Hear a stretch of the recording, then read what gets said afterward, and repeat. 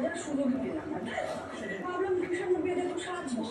বিয়ের সময় তো সেজেছিলে, সে তো বর যাত্রীতে সেজেছিল, তারপর যা সব কাজে তারপর যা হলো সেসব বাধ্য। কারণ আমরা কি মানুষ না, আমরা কি ওর সাজ দেখতে পারি না?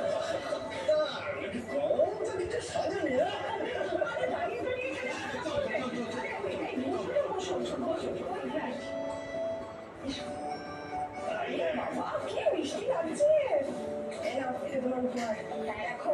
পছন্দ হয়েছে কিনা?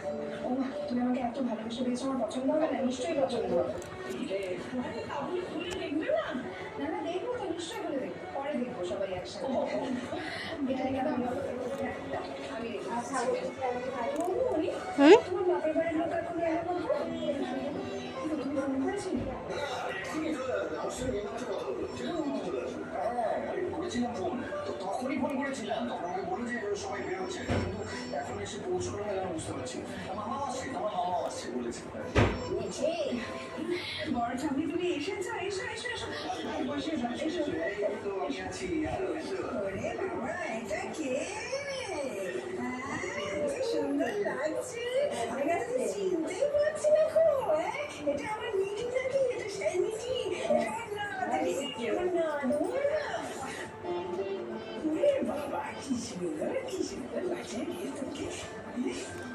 আগে বসবে, সব কথা বলছি।